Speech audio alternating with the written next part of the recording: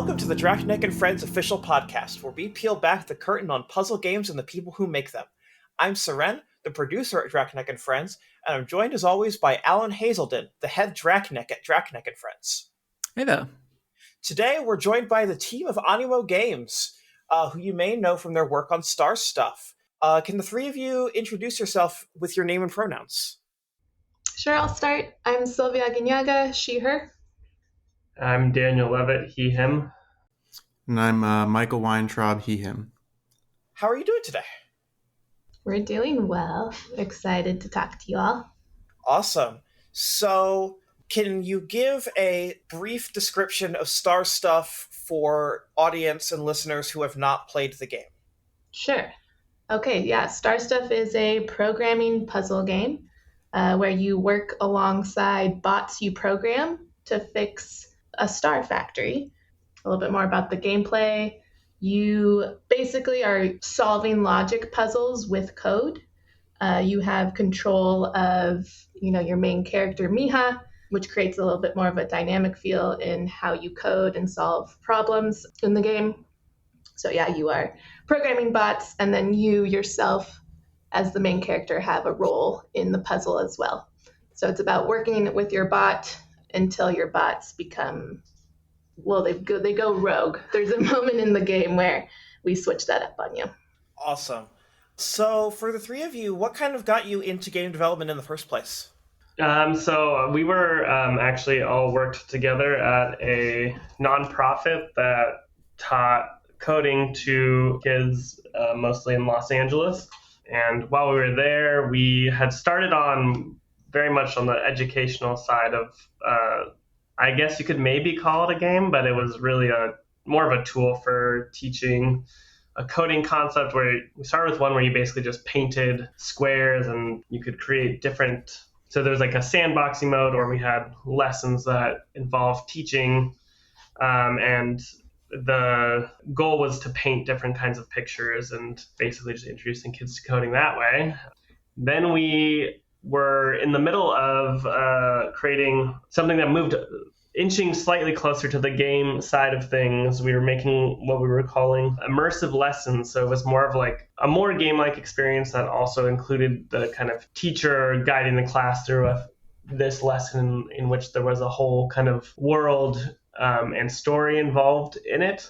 And then at one point, it kind of just got decided that we should spin out and actually make a game, which was something that we were all very interested in doing anyway. So yeah, we got to work on what would eventually become Star Stuff. And had you worked on games previously, or like were you dabbling in like game jam projects at the time? Yeah, go ahead, Michael. I wasn't. I don't know. But yeah, my journey was pretty similar to them, where we were all. It was an after-school program called 9 Dots here in Los Angeles. So yeah, none of us really had made games before. So this is all very new to us, but very exciting. Other than the small kind of games that we were working on at 9 Dots, which was, like Daniel said, for the classroom. I don't know. I don't think dabbling in Unity tutorials counts, but I definitely had a phase where that's what I would do on my off time. I don't know. I feel like that counts because it has a lot of the energy of starting something up and like learning a new task, right? Like learning a new skill. So it's personal development. Yeah, it counts. So you got into games kind of through the education side of things. Getting into the space specifically, I mean, it makes sense because when you think about like a lot of the education system, especially like a lot of the American education system, so much of it is about problem solving and like finding the correct answer to something and giving that answer. But was there ever a moment when you were thinking about moving into games that you were thinking about moving into a different genre space? I mean, for me in particular, it's always been me having a fascination with games as ways to open windows into different worlds and kind of learn. Just, I was really inspired by James Paul G, who talked a lot about games as learning machines. And another book I was reading on as I think titled Games, Art as Agency, Art as Agency, one of those words cobbled together. But basically the idea that games give you the opportunity to kind of pick up any identity and really dive into it. So for me personally, that's what excited me, and it really kind of just fit what we were doing at Nine Dots and what we wanted to do with Star Stuff, because essentially we wanted to make it feel safe to experiment and encourage curiosity and trying new things, and logic puzzles, and for us in particular using code to solve those logic puzzles just made a lot of sense with the kind of philosophy that I was interested in. But well, I think we were always planning on making a game about coding first. That was kind of the plan when we started. So it was mostly about figuring out for our first game what we were going to do differently in that space from other, coding games that were out there. So I think that was kind of the bigger question. I think we had kind of all decided as we were kind of creating this company that we were going to start with a coding game. So it was going to kind of be in sort of a, if not puzzle space, then puzzly adjacent space for sure.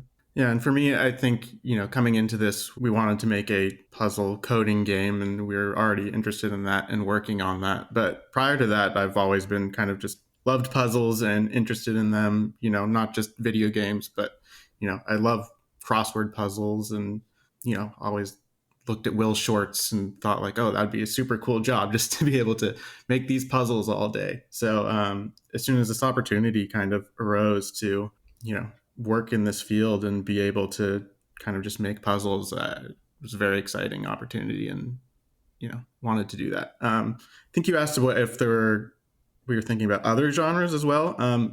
I would be interested in doing other things. Like I really like platforming games, but I think doing puzzles is more interesting for me. And even if I were to do something like a platforming game or Metroidvania or something, I would still, heavily want some sort of puzzle or thinky element in there. It just makes the experience much more rich for me. Mm-hmm. So when you were deciding, we want to make a game about programming, it sounded like you were familiar with a few different programming games that already existed. But yeah, how did you decide the structure and the focus of the programming game that you wanted to make? Well, I think we had, before we started, we had talked about and had some ideas around kind of adding, I think partly from coming from a more educational space, trying to figure out things that would maybe make it more engaging, and the idea of having a playable character that was involved with the puzzle solving with the coding was something that we had thought about pretty early, and that was kind of something that we had been planning. And then we had, of course, played a few of the coding games out there, played a fair amount of Human Resource Machine, 7 Billion Humans. We played some of what can't I think of does it Zactronics. So yeah, the Exapunks. Yeah, Exapunks. So yeah, we'd played kind of a lot of the bigger coding games, and obviously those have a much, you're solving puzzles, but it's much more open. And I think one of the things that we kind of landed on was this idea of logic puzzles that are where you are using coding to solve the logic puzzle instead of the kind of that more open paradigm that you would normally expect in a coding game, which was mostly because of having the player character kind of necessitated that we clamp that down a little bit, because the possibility space becomes pretty wide open when you have a free moving player involved in the mix. And I think a big part of it also was, trying to do something a little different with the genre where, most of the time it's code the thing, watch it, and, adjust afterwards, refine it, maybe try to achieve some efficiency score or do it in the fewest lines of code, which is a lot of fun, but we just wanted to do something a little different. So it was, how do we kind of continue the player's engagement within this game loop? So you're coding, and then not only are you watching it play out, but you are part of that program. So, you're kind of the code that you don't code. So you're coding your robots, and then the program is only going to succeed if you, the player, also do the correct things at the correct times. Not that the timing is a factor in there, but Yeah, I think Daniel coined the term "think outside the bot," which I really like. I don't think that was mine. No, but I really enjoy the dynamic feel. It kind of, for me, it feels like you're in this like Rube Goldberg obstacle where it's like, all right, I have my goal, I need to get there, and I'm working with these buttons, these switches, these bridges, these bots, and how can we all kind of work together to get there, which made it a lot more exciting. Yeah, and I think, as someone who loves this game, that by building in a lot of, especially like more traditional video game mechanics, like, switches and doors and character control and like characters and everything, it manages to make the programming game feel less like a programming game while still reinforcing those concepts. And I don't mean that as in like you didn't make a real programming game, but I mean that as in like you made a programming game that doesn't feel like it's work or that it's teaching you things. And as someone who works in the game industry, that's very impressive. Yeah, it was interesting to hear some like tester feedback. I think there was one player specifically who mentioned that it felt like an introduction to a puzzle game because you're kind of you're introducing all these very widely used tropes in puzzle games where you have buttons, you have switches, so it made it feel more accessible in that way. And it's nice to hear people say that because it definitely is, we want you to use coding as a tool to solve the puzzle. There are certainly puzzles where, the structure of the code and what you can do with code is the puzzle. But oftentimes it's just how can you use this as a tool to solve just a fun logic puzzle rather than overtly teaching you this is how a conditional works. This is how this works. And, it just kind of slowly dulls out new code blocks so that it just kind of feels intuitive. Yeah, I mean, was that an intentional part of the design that you had this idea that by adding a player that's like separate to the coding part, you could make the coding part feel a bit less central, a bit less intimidating, and make it more approachable? Yeah, I mean, from the get-go, like we definitely wanted to make this as approachable as possible to, somebody who doesn't code. So just starting with these very basic things, I don't know what you guys thought about it, but I don't know that I would say that the player was introduced as a way to make the coding feel secondary. But I think it was, if we're doing this more simple coding thing, how can we keep the game interesting, and what else can we do to kind of put a twist on the simple a lot of kids games are step forward 2 times, step right 3 times, and it, we wanted to offer something maybe a little more interesting than that, and make it not a kid's game, but something that like anybody could enjoy and maybe find interesting even with those simpler code blocks. Yeah, I don't know if the player character, or at least when we thought of it, I don't know if that was necessarily all planned. It kind of worked out nicely that way. But I do think, like Michael said, we had kind of a planned emphasis on thinking more big picture, like logically about the whole puzzle, which, we wanted to avoid, like Michael said, move forward, move right. Like instead, just go to this thing, because we wanted the player to be thinking about the idea of solving the problem instead of individual code blocks and like how they were going to do some very low level specific things. And yeah, I think that with those, we kind of were able to, and then we also kind of decided pretty early on that we were going to limit the amount of the number of lines of code pretty heavily in the game, because we didn't want the player to be spending a super long time like just writing out a long sequence of code, and instead wanted it to kind of feel more like, you generate an idea, you can code it quickly and test it out, which all kind of, I think, came because we added the player character, but probably not specifically planned out when we had the idea to add the player character. Yeah, it also became a bit of a necessity because, in lots of coding games, you can just kind of step through or test bits of code, but you can't really do that since the player plays such a central part. So it became like, okay, we need to limit this to a certain amount because otherwise you're going to have to play through the entire sequence as the player over and over and over again. So keeping them, kind of concise while still having like an interesting kernel of an idea in every puzzle was a big thing for us.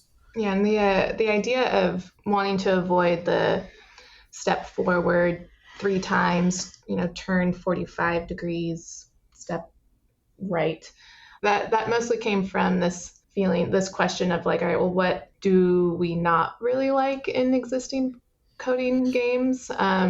Specifically, the ones that we had so much experience with at 9dots, and how can we make that more interesting? So I think generally that's a fun way of thinking about game design is, what do we not like about this genre that would make me want to play this genre more?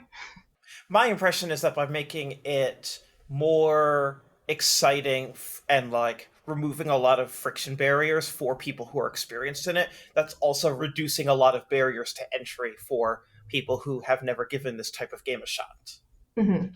So, keeping that in mind, what other ways did you use to kind of balance that level of depth but approachability, especially with like pacing and the difficulty of the game? Because it's not a game for kids or young kids, but it's also a game that is deeply, I would describe it as successfully walking the tightrope of depth and approachability. I could speak to the world and narrative, but I think, Michael, Dan, if you want to talk about the progression.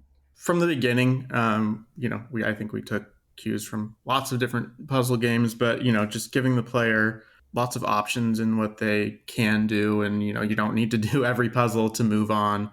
At the start of every section, we have pretty basic puzzles to kind of introduce you to the concepts and let you get familiar with them. And, later in the section, there's going to be harder ones, and you can skip those, or you can try them as long as you want. I think we maybe underestimated also how stubborn people are going to be, and how important it is to make it clear that not everything is required. We also have bonus puzzles that are definitely a step up from the rest of the game, that are kept completely separate, that are more in your menu, so that it's there for the people who want it. But in testing, seeing people's need to, I guess, complete everything that is at least, in the overworld, the normal overworld map. So I think it was really good that we kept kind of a separate area for those other puzzles that made it feel more optional. And then I think also, to Alan's credit, and consulting with him many times, just, making sure that we really honed in the first area and made sure everything was clear and tested that over and over and over again. I mean, we did a ton of testing in the tutorial and first area just to make sure that part was really smooth and that people were getting through it and understood the game. Yeah, I also think that maybe because of the different facets of how levels can be created, like there can be new problems created by things the player can do, or bots, or a combination of bots. There were so many different elements to play with. You could maybe show a lot of interesting ideas without necessarily having, and novel ideas without having to make something super complex. So I think maybe that worked to our benefit as well. Just being able to kind of keep a steady flow of kind of interesting ideas without having to make a complicated program that you have to write to solve it. When we talk about approachability, and I think from the beginning we also wanted it to feel like, as you walk through the world, for it to feel like an environment you want to explore, and then it's easy to walk in and out of levels, even down to like how the UI works when you have the main sequence of levels that you are required. Anything that you complete extra is just like in the UI kind of pops up as an extra piece of star stuff. So it's, from the beginning, you know how much you need, and then anything you complete that's extra is just like very much so communicated as, oh, you did more than you had to. And then thinking about when it feels good to take breaks in puzzle games, because I know personally I could only play a puzzle game that's puzzle to puzzle for so long, and I need to take a break. So we were really aware of that. Also very surprised how long some streamers could play our game. Delighted, but surprised.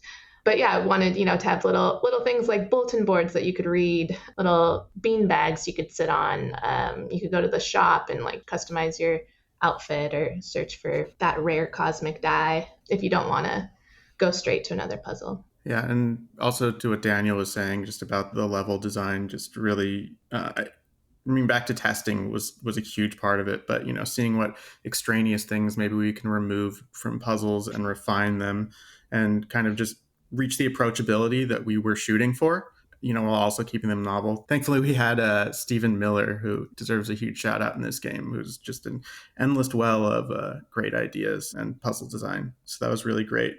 But then, taking those ideas, refining them, testing them, and making sure that they're clear and achievable. We've made lots of other choices in the game as well, like limiting the lines of code, which was kind of a late game decision for us to kind of have this like predefined number of lines of code that essentially is going to be how many lines of code you need to solve the puzzle, with a little give and take here and there. But that just also came from testing and just seeing, people were having a better experience with the game with those kind of guides in place. And, it would prevent a lot of rabbit holes and, just things that were maybe not fun. In the beginning of our game, when the line limits were much more open, also people would try all these sorts of things that just weren't fun, even if they were avenues that were interesting to explore. People like just, we have like a wait command in the game that the bots can wait or listen for you to press a button before they continue the rest of their code. But, time and time again, we would see people, just have a bot walk back and forth indefinitely to save time. And, eventually either they could maybe solve a puzzle that way if they had too many lines of code and it just kind of felt bad, or they would just try it over and over again throughout the course of the puzzle, the entire game. So it was just putting these kind of limits and testing and just seeing how we could guide the player was really helpful. Yeah, the hint system was also another kind of later game. We solidified it late game.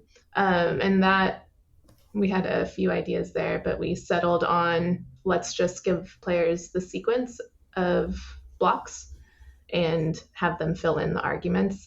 And that didn't feel too bad. It didn't feel bad because we definitely wanted to avoid giving them too much of the answer of the solution. But since our game also involved the player, there were several times where you would use a hint and then, there's still some thinking involved in how you are involved in the puzzle. So that seemed to go well. Yeah, and an important part of that we also found from testing was, we tried a few different hint systems and some of them led to, people asking for a hint and then it not being good enough, where it wasn't really giving you the information or helping you. And then it feels even worse almost because you're getting this hint and then you're still not solving it. And we really wanted to provide the right amount of information where the player now felt like they had a new idea or, could explore something new immediately. So testing out that hint system. And I think also, to Sylvia's credit, making sure that hint system unlocked an achievement. People really felt like, oh, okay, I'm supposed to do this. This is okay. And they really liked that. And it made the experience for somebody who's maybe struggling on a puzzle that much cleaner and just felt good. Yeah, no, it's definitely, we've noticed, or at least I have with like DirectNet games, and like especially when we were testing out the hint system for Mossos Expedition, there were a lot of people being like, no, but I don't want to rely on the hint system. That feels like admitting weakness. So like being able to destigmatize that is awesome. Yeah. I mean, I'm actually curious, like, did you do anything particular to find playtesters who would be particularly representative of the audience who might find the game at the end? Because, like, I think once we've released games with hints, people use the hints, but a lot of our playtesting pool have been people who don't tend to want to use hints, which makes it really hard to test the hint system itself. But you were getting feedback on the hint system, so you're clearly doing something right in the playtesting process. A lot of it was friends. We did do early on. We did some testing with a service, which actually I don't think was good representation of the people who were going to play the game, but it was a good representation of just a wider range of players in general who maybe also didn't, feel like they needed to solve everything without hints. They were approaching the game more like somebody that would actually do it and didn't feel some obligation, I think, which was really good for us. I think it's very important to look at who the play testers are and, if they are in your audience or not. But even if they're not, I think for our hint system, some of the best feedback was from people who maybe weren't our target audience, surprisingly enough. Or at least not the diehard audience. Yeah. Maybe people who were like, more on the edge of it. And then later, I think we also, once we had put out a demo, we got people who were from our Discord. And I think maybe it has to do with the vibe of the demo, that there were some people who were maybe slightly more casual puzzle enthusiasts would join ours. But I think I think the other thing was maybe some unrefined puzzles that felt especially hard, where people who I think normally maybe wouldn't have wanted to use a hint did end up using it later on, because I guess some of the puzzles maybe were a bit maybe close to unfair even. So I think that almost helped us test it as well.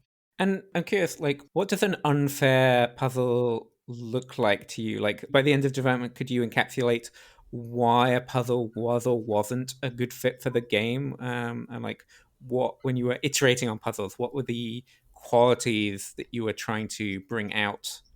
I think a lot of times, I think a big thing was just how long it was taking people. It was something we were always aware of. A lot of unfairness would, I think, or quote unquote unfairness would be just people going down avenues that were fruitless for much too long without any indication of maybe why it was wrong or that it wasn't going to work. So ensuring that kind of what the puzzle is clear. And, I think the most interesting puzzles in general and in our game are ones where you kind of know exactly what you need to do.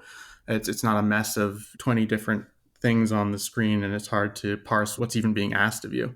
So it's just kind of refining things down to like, okay, I know exactly what I need to do here. How do I do it? What is the kind of trick here? And sometimes, if that's too unclear or there's just too many elements in the puzzles causing people to try, different things, it was how do we kind of gauge that and direct them in the right way to just kind of achieve the right balance that we were going for. And I think what is fair or unfair is an interesting thing to discuss, but it's more about the level of difficulty and approachability that we wanted to achieve in this game. So what can we do to achieve that? And what can we shave off puzzles to kind of elevate just the most interesting parts and kind of bring light to the crux of the puzzle?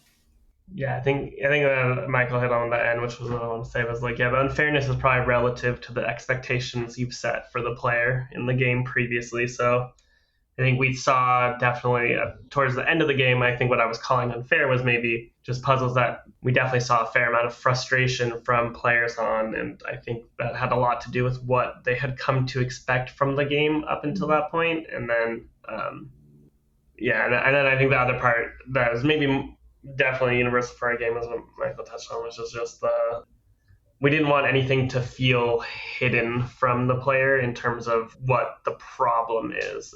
The problem should always be obvious. Also, the placement of puzzles in the trail of puzzles that you're walking has a lot to do with just what felt good. So testing that a lot and smoothing out the flow of difficulty helped. Yeah, and I think also making sure people get enough experience with certain mechanics or kind of a lot, again, back to testing. I think testing is so super important. But, maybe we taught Nick a mechanic 20 puzzles ago and, we thought people understood it and they didn't.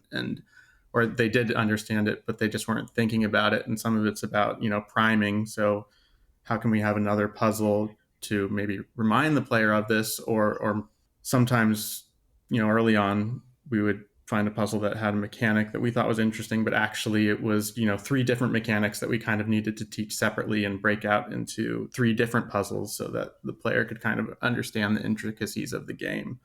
I think especially with our game where you have this kind of interactive element of the player doing things as well as, how do these code blocks work? And sometimes there's, weird edge cases that people really need to understand on both sides of that, and making sure that we had the puzzles in place to make sure people understood that, as well as making sure they're continuing to use that information and it stays fresh throughout the game so that they're ready to recall that when they need it. And what was your threshold, or what were you looking for the bonus puzzles? Because obviously they're like post game, they're like very clearly optional content, so you can kind of have as many of them as you would like. But it felt like you were still pretty reserved. Like you wanted to focus just on the most interesting ones, and like they all feel very different. Like both the main game and the post game puzzles all feel like unique and special. So I think you did a really good job of curating them. But yeah, I'm curious, like how you decided which ones got to stay as bonus puzzles versus which ones got cut. I mean, another shout out to Stephen Miller here, but I think that structure came about also just because Stephen brought us so many ideas that we really loved, and so many more that still aren't even in the game just because we didn't have room. But most of it was just from testing, and it was like, oh, we really love this idea, but it's a little too tricky and people are getting a little too stuck on it. But they were just kind of generally just core concepts that maybe the puzzles aren't intentionally more challenging or obfuscated or difficult. They were just kind of more challenging concepts that we saw people taking longer to figure out, but still have the same concepts that we love throughout the game, where it's just like this kernel of an idea that we really wanted to explore. And sometimes that even means like it was a puzzle that we didn't intend to be hard, but people just weren't seeing it for one reason or another, even when we boiled it down to kind of its simplest form. So sometimes those just kind of moved to bonus puzzles just because we loved them and wanted to keep them, and also just wanted to offer people who wanted more or wanted more of a challenge, they have this other area to get that. Yeah, I think it did definitely boil down to like puzzles we loved, but in testing seemed like it was a little above the difficulty and approachability that we were aiming for. There's the name of our DLC. So that we were, but those were puzzles that we all love, like Steven and Michael. Well, one of them would create it, and then they'd send it to us, we'd play it, and there were ones that were just like, yeah, the idea when you'd finish it, you'd be like, oh, that's so cool. But yeah, it also took me 20 minutes, and I've played the game a lot, so maybe that's not one that should go in the main sequence. But I think we also found, I think part of the reason there aren't even more puzzles, I think there could have been more, but one thing was even the puzzles that were harder, we found that a lot of people, even though, like you said, Alan, they are very separate and very clearly not required, a lot of people didn't feel that way. And if there was still a fair amount of frustration getting very stuck on, even though it's marked as a bonus and maybe it's the last one on the bonus, we found sometimes in testing that even that was still maybe a bit demoralizing. It's the completionist mindset. Exactly. Hey, I've done all of these except this one, so I need to be able to do this one. Yeah. Exactly. So I think that's why there's not even more. But I think it was also that we wanted to, like you said, keep it so that each puzzle had some sort of interesting thing that set it apart, even in the bonus. We wanted each puzzle to feel special, so I think that's not a reason that there aren't more. It's just we wanted to make sure that we kind of maintained that idea and quality throughout. Yeah, there's something interesting there where, we were surprised to have so much of that mindset come about in watching streamers and play tests. There's like something interesting there about the human condition that we, people can't let go. But maybe we'll write about that later. Yeah, I love it when you see somebody who maybe there's a puzzle an area back that they couldn't do, and throughout their playthrough they keep going back to it. Like they can't let it go, they need to keep going back to it, and you see that a lot too, which is fun to watch. But I'm also curious, Alan, how you think about that, how you make sure to kind of keep those things separate and make people feel like they can, or if that is important to you. Yeah, I mean, it's really tricky. I think in Monsters Expedition, we tried to do it just by making it very easy to be making forwards progress, and like kind of shunt you on the easiest possible path just by the geometry of the world. Mm-hmm. And so you have to kind of resist the urge of forwards progress if you want to be completionist and if you want to see the harder puzzles. So that helped a bit, I think.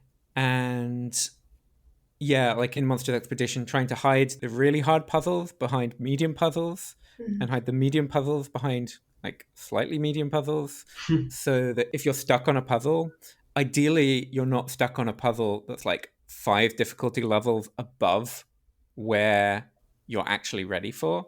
So you might give up on it, but like if you do give up on it, then you haven't been stuck on it too long, hopefully. And if you don't get stuck on it, then you get to have that burst of enjoyment from solving a puzzle rather than, like spending hours and hours and hours on a single puzzle. I think it's harder when you're gating things such that you have to solve the puzzles slightly less hard to get the really hard puzzles. So clearly what you needed is like when you beat all the bonus puzzles, it just unlocks a second stage of bonus puzzles, and it just keeps going. Oh, this is just feature creep to my producer ears. And we certainly had none of that in our game. No feature creep. Are there any other questions that you had for us while we have you? Yeah. I think we're very interested as we're going into ideation for our game number 2. Just like wondering how you all at Draknek go about ideating puzzle game ideas and the processes. Alan, this one is all you, buddy. I mean, I like to have a lot of different ideas before picking one. I feel like if you have like 2 or 3 game ideas, there can be a lot of incentive to go like, okay, well, this seems plausible. Let's do this. And like, there's a desire to be working on like, oh, this is going to be a big project. But I think the more game ideas you have simmering, or the more prototypes you have, the easier it is to get a sign of like, oh no, but this one is a really special one. So to some degree, I've done it just by like making a lot of jam-sized projects and then seeing which ones I come back to or like want to grow while I'm working on them. But that said, I like the way we've done it has just been to start making something and go like, okay, yes, this is going to be a game that we're going to sell, and like just hoping that we can control how much the scope creep happens while we're making it. I think there's, to some degree, the actual game is a secondary consideration. Like at this point, I feel like I could take any game idea and turn it into a good game, as long as it has like the signs of like there being interesting interactions that could be interesting to explore. Like I feel like most things could be something that's a plausible project to make. It really is a question of like scope and ambition, trying to figure out like, okay, well, this is a game that would be fun to make, but does it feel like a worthy success to Monsters Expedition? And like, we don't have to have the answer to that be yes to work on something, but it's kind of like by deciding that something is worth making, we're kind of deciding that, oh, but these other ideas aren't worth making, or I mean, it's or not less simple. worth making, or less worth making, and like our standards have gotten really high, which makes it really hard to go like, oh yeah, well, this is definitely gonna reach as big an audience, a bigger audience. It's gonna be 5 times bigger, 10 times bigger, and like trying to push back against that and go, well, no, really, the only thing that matters is that it's a fun project and the people who are working on it are having a good time, and we don't completely run out of money making it. Yeah, and it makes its money back. And this has led, the reason I cackled when you asked the question is because this does lead to a lot of having, well, first of all, it leads to a lot of Alan coming up with a new idea and being very excited about it for a week and then putting it in a list. And then a couple weeks later, he has another really exciting idea. But beyond that, it leads to a lot of conversation about like, is this the game that I want to spend the next X years of my life working on? Mm-hmm. Or is this just a really exciting like jam game idea? Mm-hmm. And there's been a lot of that conversation recently. Yeah, because I feel like the sweet spot for me would be a project that takes about a year to make, in terms of like happiness of development.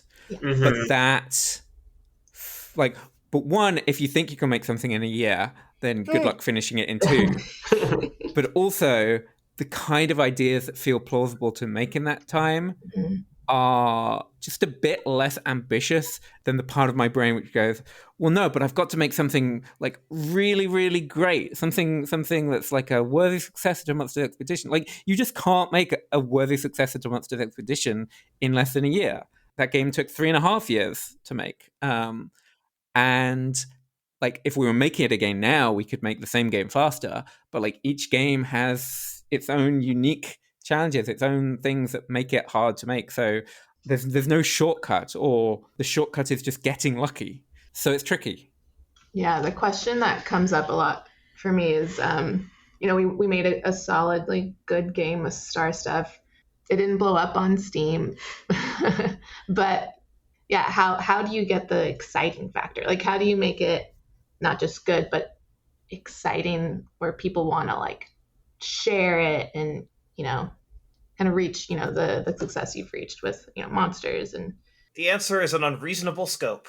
Yeah, right. Or I guess the other question was, how do you know that you have that? Yeah. Maybe before even you. I think it's very tricky. Like, I mean, even Monster Expedition, I felt like it was special, but like, when we were starting to make that game, I couldn't have encapsulated the reasons why it was special, or the degree to which I could reasonably expect it to be a successful game.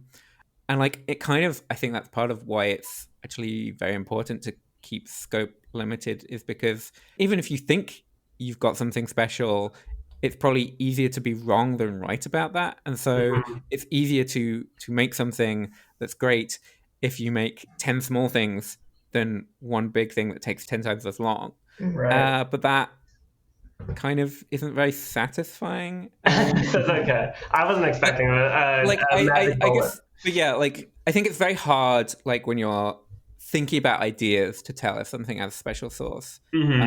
But I think when you're in the midst of developing something, it is possible to not tell for sure, but to get a sense of it.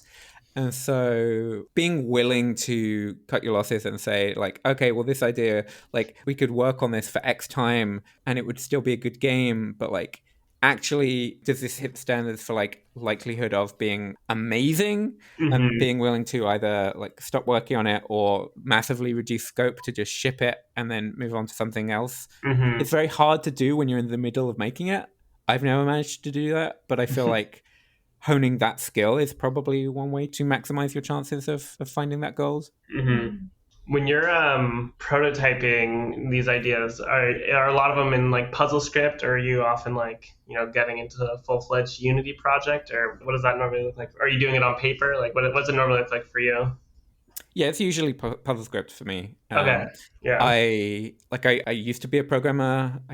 I can still program, but I burnt out on programming. Like, I can iterate in puzzle script without it feeling like work, in a way that if I was just sitting in Unity, I need somebody else there to implement things, to hook things up, to implement gameplay mechanics. And that's just a bit slower. So I'm able to prototype in PuzzleScript so quickly, partly because I can just do it myself, but also because I've been making games in PuzzleScript for over a decade now. Right. Yeah. So I'm just very familiar with it. And I also, the kind of ideas that I have, because I've been working in PuzzleScript so long, the only ideas I have are games that you could prototype in PuzzleScript. That makes sense. Also, so where can people find you online? So you can find us, let's see. Well, we have our Steam page up for Star Stuff, which has, all the links to our website. Our website is animogames.org. We're actually working on a new project to get more eyes on Star Stuff. We're calling it the Star Stuff EDU project. So creating a web-based version of the game and marketing that for free to educators. So you can find more information on that on our website. We're on Twitter, Ánimo Games _ all of our socials have different names. So our Instagram is Ánimo Games. And our TikTok is Ánimo_Games. Sometimes I put things on there. Go to the Steam page. And our Discord, yeah. Check out the Steam page and connect with us on Discord. That's really the best way to contact us. Awesome. Well, thank you so much for joining us. It's been a real pleasure to talk to the three of you. Yeah, same here. Thank you, Syrenne. Thank you, Alan. Yeah, thank you so much for having us. Yeah, thanks. Thank you. Yeah, this has been great. And thank you for listening to the Direct Naked Friends official podcast. Our music is by Priscilla Snow, who you can find at ghoulnoise.bandcamp.com. Our podcast artwork is by Adam DeGrandis. Please rate and review us on your podcast service of choice, and be sure to tune in next episode for more interesting conversations.